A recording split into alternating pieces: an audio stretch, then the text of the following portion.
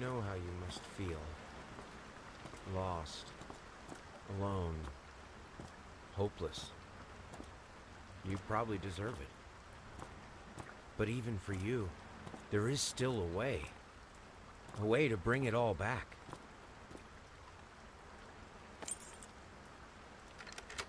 The one precious thing you ever truly desired.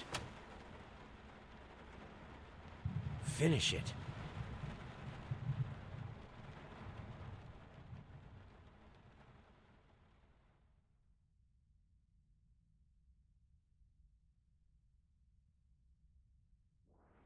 Good afternoon, everyone. If you now perceive this talk as a recorded video, I could not make it on time to the session, still hoping to meet everyone throughout the course of the conference. However the circumstances, I'm delighted to share some thoughts with you today about a game that has deeply influenced my thinking since its release. What does it mean to be the master of a house? This is a question that haunts Bloober Team's 2016 horror game Layers of Fear, and one I'd like to explore with you today. Short disclaimer number 1. I will reveal some aspects of the game that can be considered spoilers, so if you intend on playing the game, I'd suggest to not participate in this talk. And as disclaimer number 2, there won't be a whole lot of presentation slides. Rather, I let a sequence of the game play out while you hear my voice. Unfortunately, this means that you miss out on some of the great audio design of the game. But this is the compromise. I prefer to let the gameplay speak for itself. The Victorian era gave us powerful myths about domestic space, perhaps none more potent than the idea of the home as a man's castle, an extension of patriarchal will and control. The Victorian gentleman was expected to be the undisputed ruler of his domestic domain, with architecture itself serving as both a symbol and instrument of his authority. What makes Layers of Fear so compelling is how it transforms this Victorian domestic mythology into an interactive system that simultaneously offers and denies players the very control that Victorian patriarchy promised. I want to suggest today that the game creates what we might call a paradox of agency, a system where player control becomes the very mechanism that triggers its own undoing. Now, let's think about what happens when we first step into this game. When we begin Layers of Fear, we enter as the master of a once grand Victorian mansion. We are, literally and figuratively, supposed to be in control here. The game initially seems to offer all the conventional freedoms of first-person exploration. We can open doors, examine objects, move freely through rooms. But something profoundly unusual happens in this house. Every assertion of player agency, every door we open, every painting we examine, every corner we turn, becomes a trigger for architectural rebellion. Let me share a specific example that I find particularly telling. Early in the game, players enter what appears to be a normal room, if anything in this house is normal. As we walk forward and reach for a door handle, exercising what seems like ordinary player agency, we hear an unsettling sound. When we turn around, the room and hallway behind us has completely transformed. Where moments ago there was a path back, there is now a solid brick wall. What's happening here is remarkable. The very act of moving forward, of exercising spatial control, has triggered a fundamental reshaping of the environment. Our attempt to master the space has prompted the space to assert its own autonomy. This brings us to something I find absolutely intriguing about this game. This relationship between player and architecture isn't simply antagonistic, it's paradoxical. Consider this. The house's transformations, its rebellions against player control, literally cannot happen without player participation. The brick wall doesn't appear until we choose to walk down the hallway. The painting doesn't distort until we choose to look at it. The room doesn't transform until we choose to enter it. What we have is a system where player agency and architectural autonomy don't simply oppose each other, they depend on each other.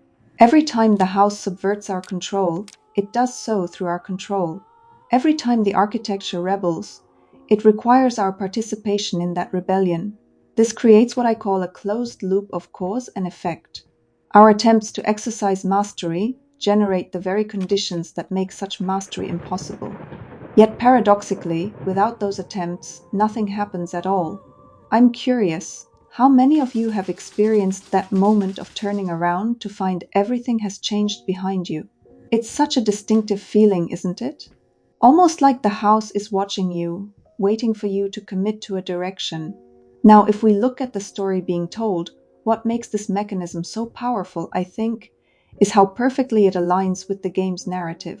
Our protagonist is a once celebrated painter struggling to complete his magnum opus in the wake of personal tragedy.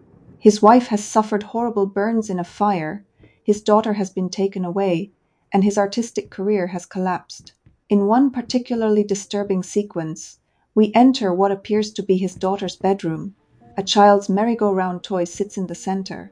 Each time we rotate it, again an assertion of player agency, the room transforms around us, revealing increasingly disturbing scenes that suggest the painter's deteriorating relationship with his family.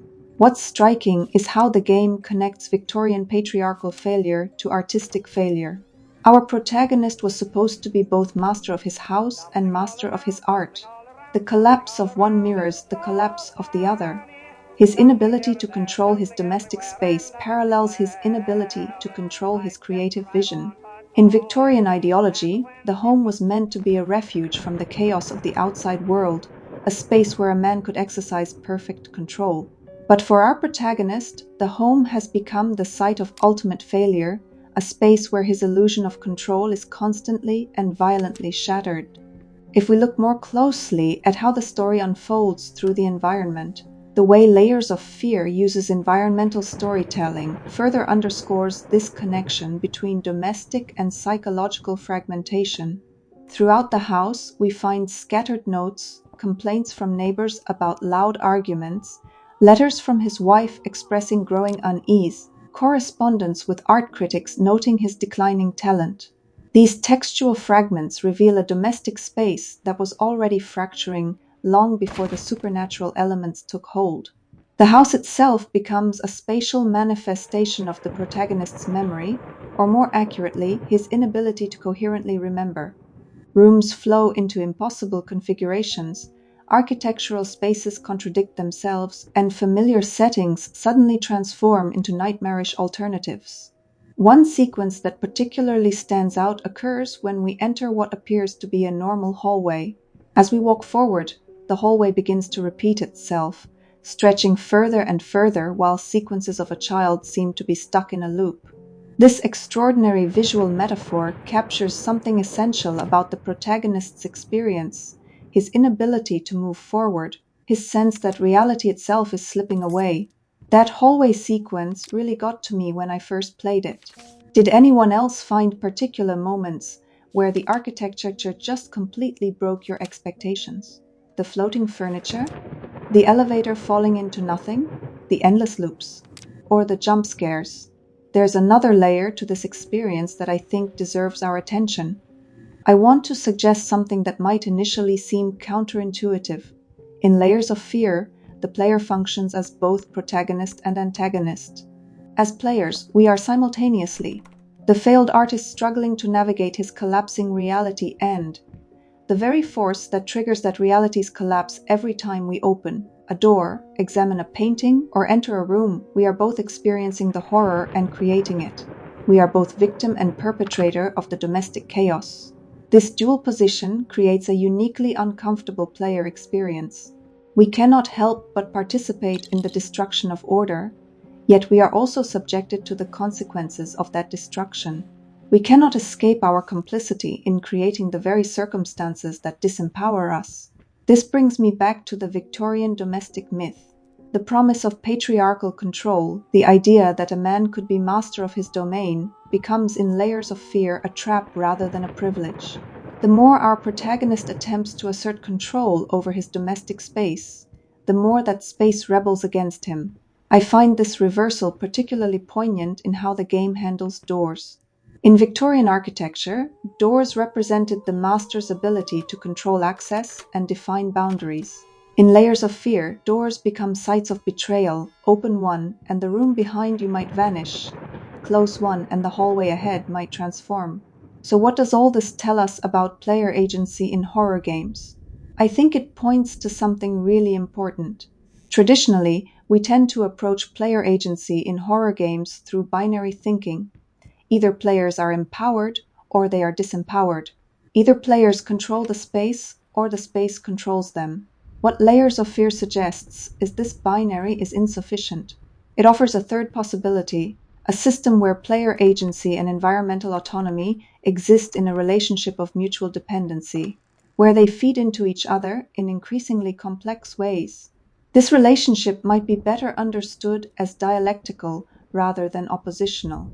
Player and environment are locked in a conversation where each response generates new conditions for the next response.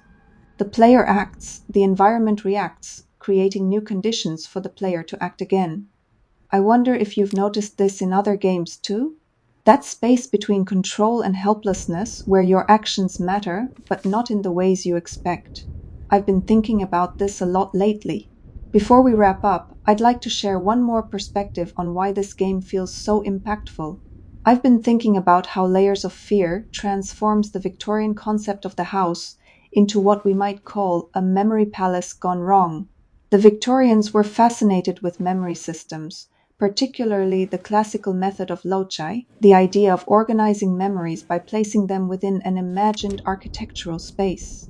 The Victorian home, with its highly specialized rooms each serving distinct functions, was in some ways the perfect embodiment of this concept, a physical space organized to reflect and support mental order. But what happens when memory itself becomes corrupted? This is the question Layers of Fear explores. Our protagonist's house functions as a memory palace where the memories themselves have become unstable, contradictory, and horrifying. As we move through the house, we're moving through the geography of a shattered mind. In one particularly striking sequence, we enter a room only to find ourselves surrounded by multiple identical doors.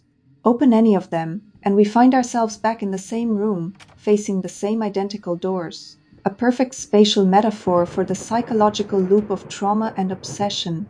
This transformation of the Victorian home from a space of order into a space of psychological chaos speaks to anxieties that were already present in Victorian culture itself.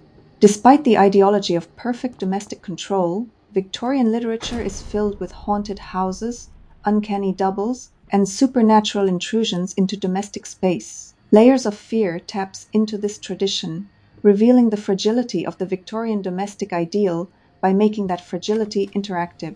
It doesn't just show us a collapsing domestic space, it makes us participate in that collapse. As I near the end of my time with you today, I want to return to the question I posed at the beginning. What does it mean to be the master of a house? Layers of Fear suggests that the very concept of domestic mastery is fundamentally flawed. The Victorian myth of patriarchal control over domestic space becomes, in this game, a closed loop where attempts to exercise control generate their own undoing. This brings me to my final question, which I'll leave with you as food for thought. In a game where every assertion of player agency triggers its own subversion, who or what is really playing whom?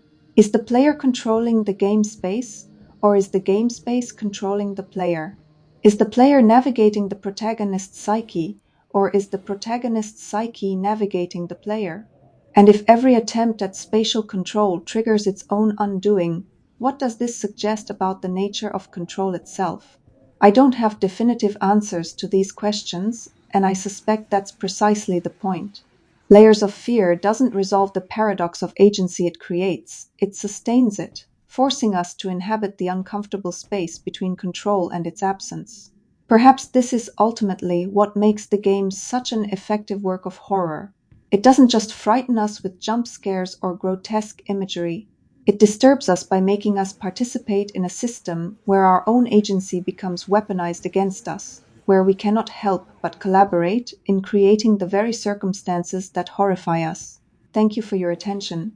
I'd love to hear your thoughts, also via email.